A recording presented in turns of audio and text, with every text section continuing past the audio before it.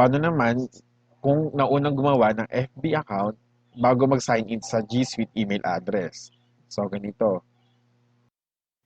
Pindutin ang arrow sa itaas at kanang bahagi ng inyong Facebook page at piliin ang settings.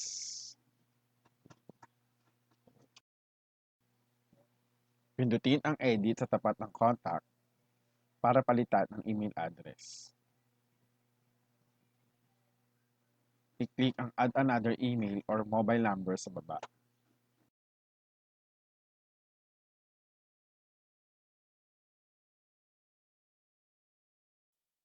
Ilagay ang email address or G Suite ng inyong anak at pindutin ang add.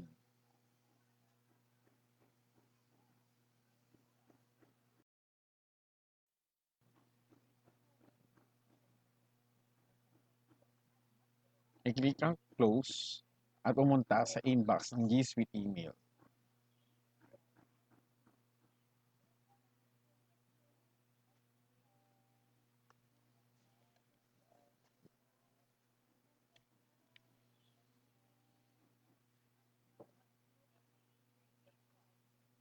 Sa pinakaunang email, makikita ang confirmation sa paglilink ng FB at ng G Suite.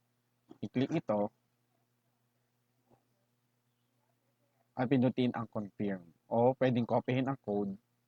Sa pagkakataong ito, pindutin natin ang confirm at dedirekta na ito sa page ng Facebook.